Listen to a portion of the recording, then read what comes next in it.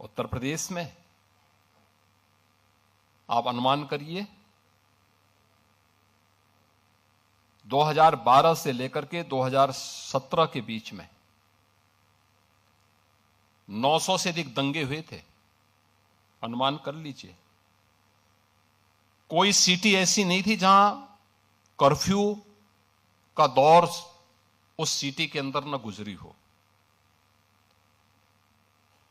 कोई उद्यमी, कोई चिकित्सक, कोई व्यापारी ऐसा नहीं रहा होगा जिसने गुंडा टैक्स न दिया हो इस दौर में। अराजकता चरम पर थी। यहां का युवा पलायन करता था।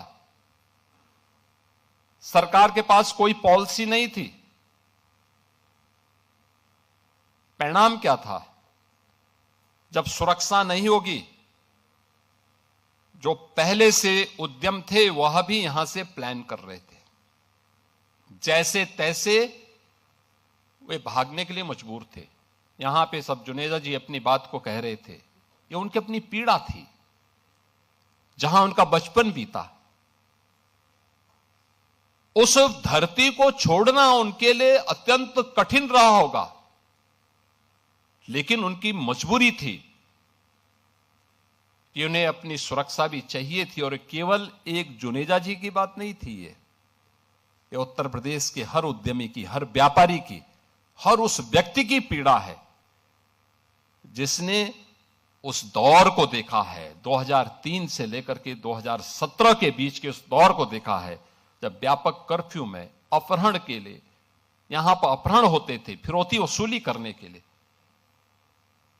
और उन स्थितियों में जब आदरणीय प्रधानमंत्री जी ने और हमारी पार्टी ने दायित्व मुझे उपलब्ध दिया था, तो हमें इस चुनौती का सामना भी करना था और हर एक नागरिक के मन में एक विश्वास भी पैदा करना था। स्वाभाविक रूप से यह हम पिक एंड चूज से नहीं कर सकते थे। हम लोगों ने तय किया भाई जीरो टॉलरेंस फिर सब पे बराबर लागू होगा। अगर अपना व्यक्ति भी गलत करेगा तो उसके लिए भी वही कानून लागू होगा जो एक माफिया और अपराधी के लिए लागू होगा। कोई अपना पराया नहीं होगा। और हम लोगों ने इस मामले में जब कार्रवाई प्रारंभ की, प्रयास तो किया कि कानून के दायरे में रह करके करें,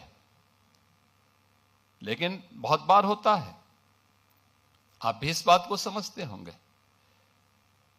भाई अगर सामने वाला व्यक्ति कानून से भयभीत नहीं है तो फिर उसको कानून के दायरे में ला करके कानून की भाषा समझाना तो फिर तात्कालिक परिस्थिति हो जाती है। बहुत बार लोग टिप्पणी करते हैं कि पुलिस ने गोली क्यों मार दी। अगर पुलिस गोली ना मारी तो क्या पुलिस गोली खाए? ये दोनों काम एक साथ नहीं चल सकते। अगर उस अपराधी को गोली चलाने की स्वतंत्रता है तो पुलिस के पास भी हमने इसलिए पिस्तौल दी है कि वह भी उसके सामने उसका मुकाबला करे। उसका प्रशिक्षण इसी बात को लेकर के हो रखा है और उसको जिस भाषा में समझे उस भाषा में उसको समझाने का काम करे।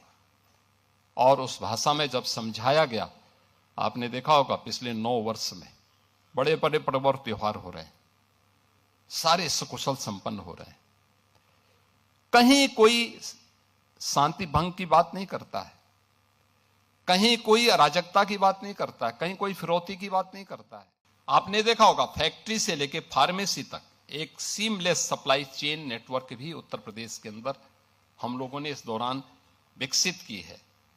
और इन सभी कार्यों को देखते हुए एक बेहतरीन लैंड बैंक हमारे पास मौजूद है। आप आश्चर्य करेंगे, देखिए अभी हम लोग केवल ललितपुर से ही सटे हुए झांसी जनपद में बुंदेलखंड झांसी बुंदेलखंड रीजन में हम लोगों के पास हम बीडा नाम का एक नया इंडस्ट्रियल जोन विकसित कर रहे हैं, एक नई सिटी विकसित कर रहे हैं।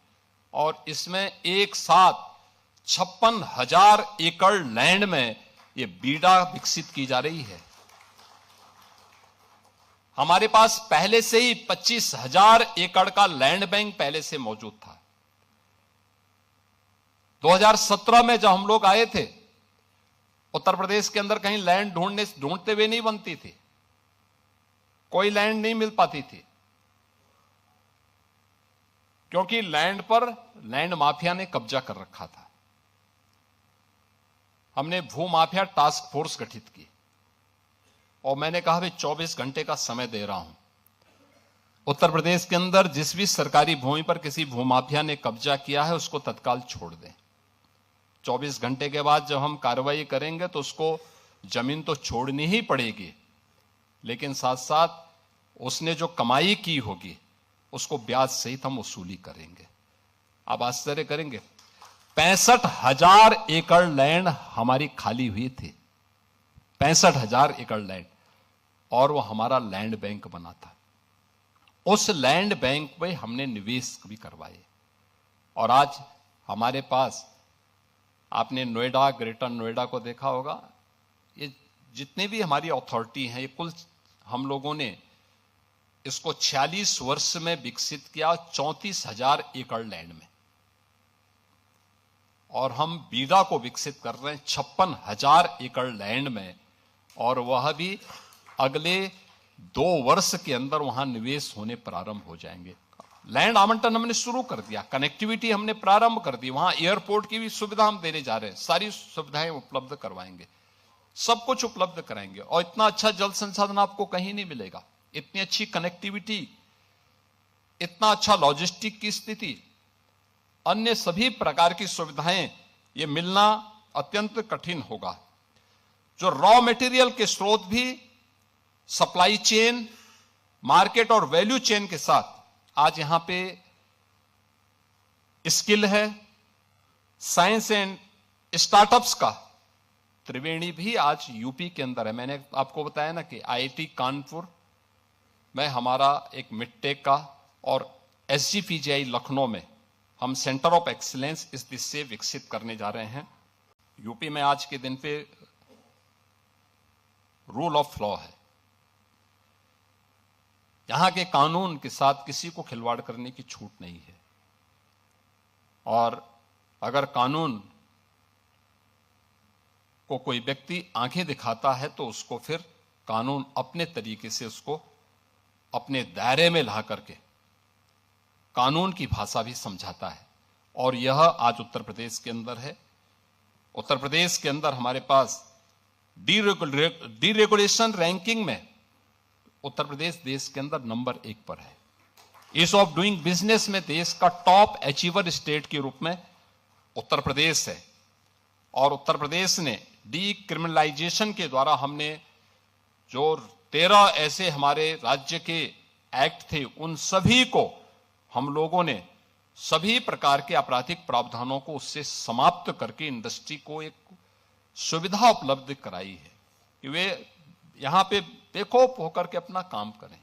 एमएसएमई सेक्टर में जो भी यहां निवेशक आता है, 1000 दिन तक उसको किसी भी प्रकार की एनओसी से पूरी तरह हम लोगों ने मुक्ति दे रखी है। आप जाइए, अपना निवेश करिए, 1000 दिनों तक होता रहेगा।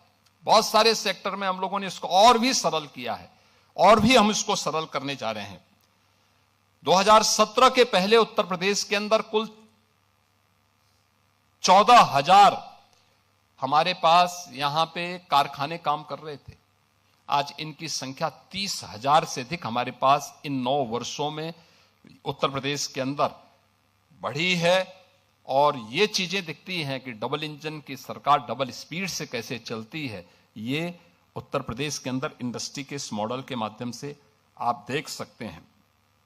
हम लोगों ने इस दौरान बड़े पैमाने पे यहां पे जो निवेश हुआ है इसका ग्राउंड ब्रेकिंग किया है, और लगातार अपने निवेशकों के साथ हमारा बेहतरीन संवाद है।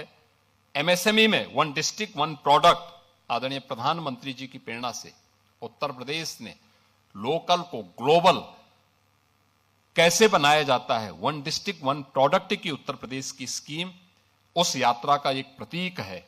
मोबाइल मैन्युफैक्चरिंग में 55% और इलेक्ट्रॉनिक कंपोनेंट में 60% देश का प्रोडक्शन अकेले यूपी के अंदर उसकी मैन्युफैक्चरिंग होती है।